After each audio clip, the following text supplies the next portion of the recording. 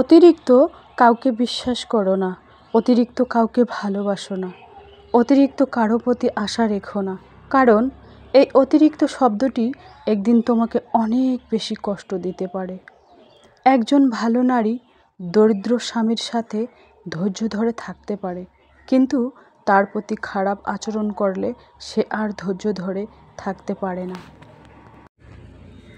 যদি বউদের বেতন দিতে হতো তাহলে হিসাবটা এমন হতো: 3 বেলা রান্না, তার জন্য 5,000 টাকা; বাসা পরিষ্কার করা, তার জন্য 3,000 টাকা; বাসা পাহারা দেওয়া, তার জন্য 3,000 টাকা; বাচ্চা মানুষ করা, তার জন্য 5,000 টাকা; স্বামীর চাহিদা পূরণ করা, তার জন্য 15,000 টাকা।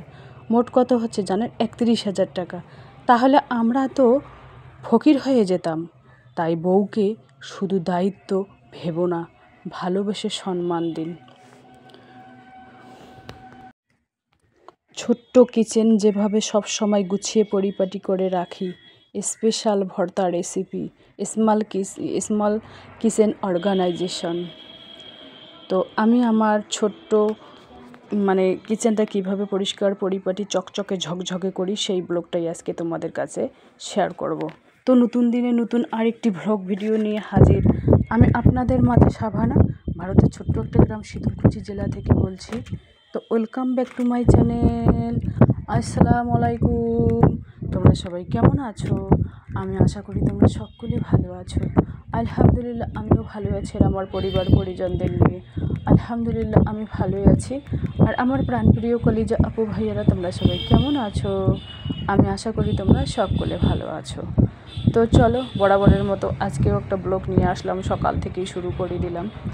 ছোট্ট কিচেন যেভাবে সবসময় গুছিয়ে পরিপাটি করে রাখি, স্পেশাল ভর্তা রেসিপি, স্মল কিচেন অর্গানাইজেশন। আর আমার এই শখের ছোট্ট কিচেনটা কিভাবে ঝকঝকে চকচকে পরিষ্কার করে রাখি সেই ব্লগটাই আজকে তোমাদের কাছে শেয়ার করব। আর কিচেন ডিপ ক্লিন ব্লগ বলতে পারো।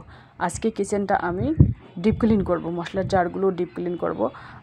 সাপের পানি দিয়ে করব আজকে, শ্যাম্পু নেই, সেই জন্য সাপের পানি দিয়েই ঝকঝকে চকচকে করে নেব। তো চলো দেখতেই থাকো কিভাবে আমি কিচেনটাকে ঝকঝকে চকচকে করি, ডিপ ক্লিন করি। তো সেটাই দেখতে থাকো।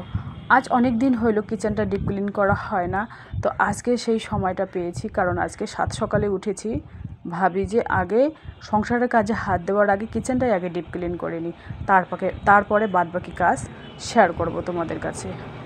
তো আজকে খালি আমি কিচেনটাই ডিপ ক্লিন করব, আর কোনো তোমাদের কাছে শেয়ার করব না। প্রত্যেক দিনই তো ওই টাকা জমানো টিপস বা ডেইলি ব্লগ সেগুলোই শেয়ার করি। আমার কিন্তু ডেইলি বাঙালি ব্লগ বলতে পারো, আর গ্রামের সাদামাটা ব্লগ বলতে পারো।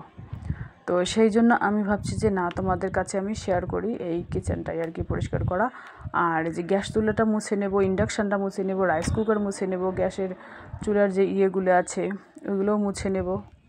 তো চলো দেখতেই থাকো। আমার ভিডিও কিন্তু প্রত্যেক দিন বিকাল 4টায় আসে, 5-10 মিনিট এপাশ ওপাশ হয়, কিন্তু 4টার পরে হয়। কোনো দিন 4:30টাও বাজে, যেদিন মনে করো মেহমান আসলো বা কোনো কারণবশত পরিস্থিতি বাধ্য করায় আধা ঘন্টা, 10 মিনিট 15 মিনিট এপাশ ওপাশ তো হয়েই যায়, কিন্তু 4টার পরেই আমার ব্লগ আসে। তো চলো দেখতেই থাকো কিচেন ডিপ ক্লিন ব্লগ। অনেক দিন পর তোমাদের কাছে শেয়ার করলাম, কারণ ছেলে আজকে আবার তাড়াতাড়ি কিচেনটা পরিষ্কার করে রান্না সারতে হবে। ছেলের আজকে আর কি কম্পিউটার ক্লাস আছে। মেয়ে তো ফাইনাল পরীক্ষা দিয়েই দিল। মেয়ে আজকে কোথাও যাবে না, ছেলেই আজকে যাবে আর কি।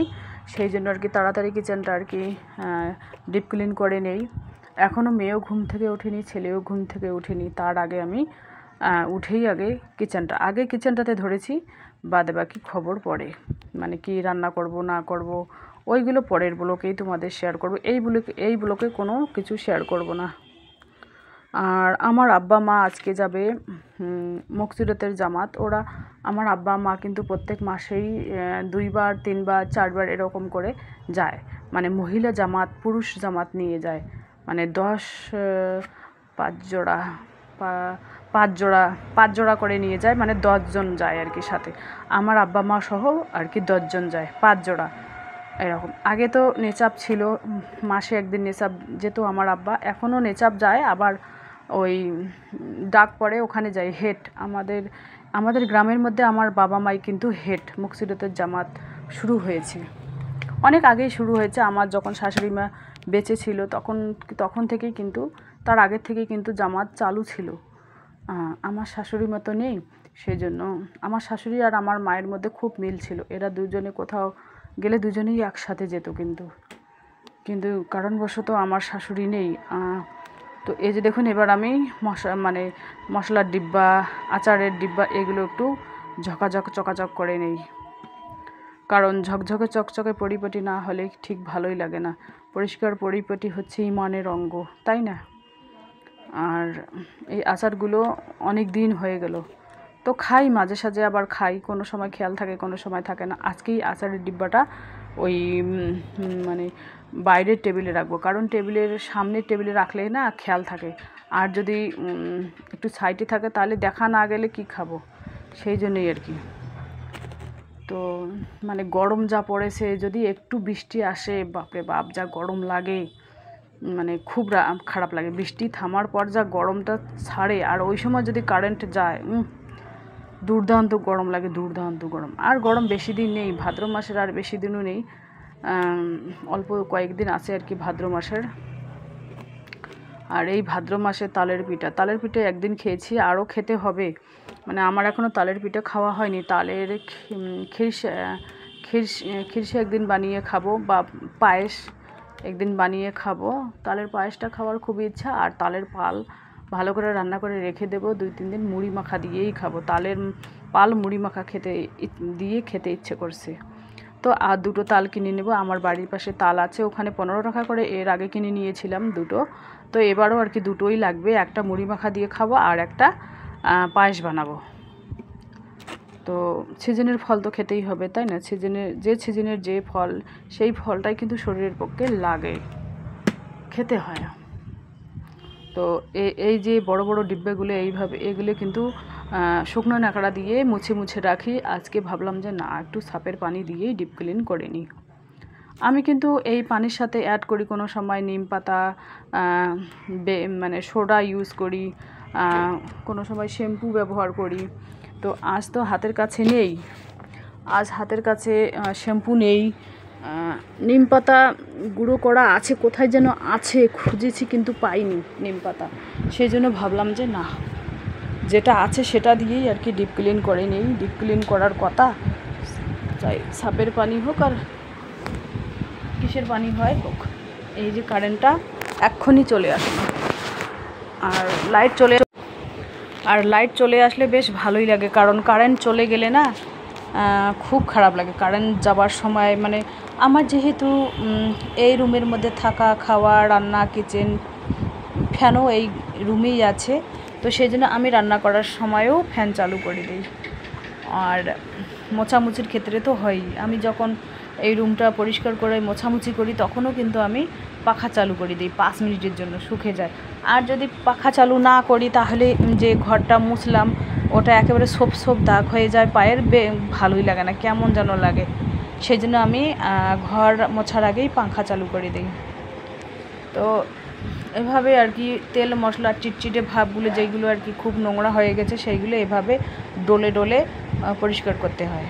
একটু ডলে করলে পরিষ্কার হয়ে যায়। কিচেন ডিপ ক্লিন 1 সপ্তাহ, 10 দিন, 15 দিন, আমার না বেশি দিন যায়, কারণ আমার সময় হয় না। তোমরা তো জানোই আমি অনেক কাজের সাথে যুক্ত, সেই জন্য আমার ডিপ ক্লিন করার সময় হয়ে ওঠে না।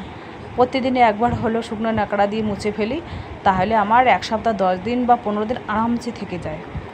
তো আমি চেষ্টা করব যে মাসে 2 বার আমি কিচেনটাকে ডিপ ক্লিন করার। তো মেয়ে বলছে আজকে সকালে যে আজকে দুপুরবেলা নানু বাড়িতে যাব। আমার বাপের বাড়িতে পুকুর আছে অনেক বড়, ওখানে মাছ ছেড়ে দিয়েছে আমার আব্বা। তো বলছে কি আজকে দোকান বন্ধ করার পর দুপুরবেলা নানু বাড়িতে গিয়ে মাছ নিয়ে আসবো, সেই মাছ দুপুরে বা রাতে খাবো। তাই বললাম যেটা তুই ভালো বুঝিস সেটা কর। তো ওর মামার মেয়ে আবার আছে, মামাতো ছেলে আছে, ওরা সবাই মিলে আর কি ছিপ দিয়ে মাছ মেরে ভাগ করে নেয়, 2, 3, 4, যদি 6টা হয় তো 2 ভাগ করে নেয়, 2 ভাগেই করে নেয়। তো এভাবেই আর কি ওগুলো আমরাও কিন্তু ছোটোবেলায় ওগুলো পছন্দ করতাম। নদীতে মাছ ধরতাম, 3-4 জনে মিলে যেতাম, আমাদেরও ওই সময় অমন ছিল, সেই জন্য আমি বাধা দিই না। ছেলে মেয়ে ওখানে যেতে চাইলে আমি মানা করি না, কারণ চলেই আসবে তাড়াতাড়ি, বেশিক্ষণ তো দেরি করবে না, তাই না? তো চলো আজকের ব্লগ এ পর্যন্তই। ততক্ষণ তোমরা সবাই সুস্থ থাকো, সাবধানে থাকো, টাটা, আল্লাহ হাফেজ। এইভাবে ন্যাকড়াটা নিংড়ে নিলাম, যাতে আর একবার মুছে নেই, যাতে পরিষ্কার হয়ে যায়। আর আরশোলা বর্তমান নেই, এইভাবে আমি মোছামুছি পরিষ্কার করি, বর্তমান আরশোলা নেই। আর এইভাবে ঝকঝকে চকচকে থাকলে আরশোলাও আসবে না, আর কোনো কেন্নও আসবে না। তবে দরজার নিচে যদি কাপড় টাপড় না দিই তাহলে বড় বড় সাইজের কেন্নগুলো আসে, ওই জন্য আমি দরজার নিচ দিয়ে